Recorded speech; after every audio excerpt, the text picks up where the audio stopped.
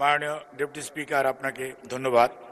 আমি আবু জাফর মোহাম্মদ জাহিদ হোসেন, মহিলা ও শিশু বিষয়ক মন্ত্রী, প্রস্তাব করছি যে নারী ও শিশু নির্যাতন দমন আইন 2000 অধিকতর সংশোধনকল্পে আনিত বিলটি নারী ও শিশু নির্যাতন দমন সংশোধন বিল উত্থাপিত আকারে মহান জাতীয় সংসদে পাশ করা হোক। মাননীয় ডেপুটি স্পিকার, আপনাকে ধন্যবাদ।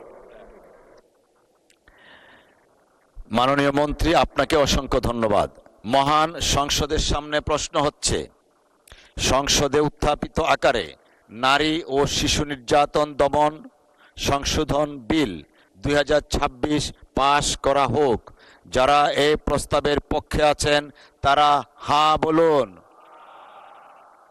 যারা এই প্রস্তাবের বিপক্ষে আছেন তারা না বলুন। আমার মনে হয় হ্যাঁ জয়যুক্ত হয়েছে, হ্যাঁ জয়যুক্ত হয়েছে, হ্যাঁ জয়যুক্ত হয়েছে। অতএব সংসদে উত্থাপিত আকারে নারী ও শিশু নির্যাতন দমন সংশোধন বিল 2026 সর্বসম্মতিক্রমে পাশ হলো।